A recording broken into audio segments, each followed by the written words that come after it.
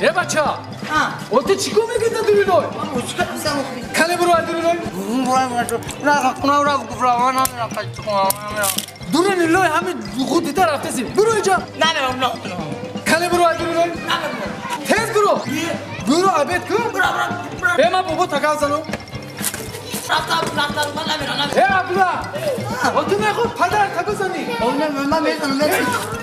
دیگه چینجی باشم سلامتی ها زندگی ها آزانده کن شما چی خدا چینجی باشم شکر آزاندو همه چی کسا تینجا اینه خوبه بیزارای جان شدم نوکی بینید آمده جانم همین جاوی همین نبیرارم با چو کده بود اینه بیر روزی درست کارش این پسوده شکنی قربوی شکنی همه خونه و داره تیتی تا کده باشم خرد باید نگپی پدرش میگیره نگپی و چشه نگپی باباشا هیچ کرگوش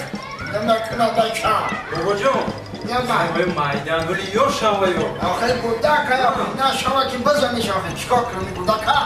روم کدن نکن و تا الله باید ای بیزورای جونجدم قطعمون نبیره آخه بچم او گودک نصیحتش کن ای گوشم نمیکنه آخی آره برو بگی بیش اینجا بابا ها بشی بچم بشی بچم معنی نکن بشی اینجا نویرد گانده بده خیلی گودا که اینو گودا کمو بجون نویرد گانده بده بابا جون مهمانا ناسم عیبه بشی بخشش مهمان جان گودک بشی مهمون شهر مهمان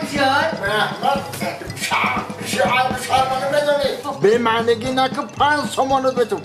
کاکا بخرم کاکا؟ بابا کاکا گوش که بچم کوکروزو بخرم کوکو من گوش که بچم تا بگه هم به معنیگی نکن بچم بگه 5 تومانت بتون 5 تومون 5 تومانی بتون بگم شد تیزا جان به معنیگی نکن بچم نویرد گانده داشتن اگه گودک هیو نه بچم اگه بگایشی خب که اخبار تماشا کنیم بچم و بگه میشم آخی بچه کده آخه بابی گفتی که صاحب گفتی که تو بگایی را بمانگی نکن گپی اوچتت بگی گپی اوچتت بگی 5 تومونت میتون گفتی انا که من بمانگی نکردم 5 تومون بده انا بچم انا میگم پت به معنی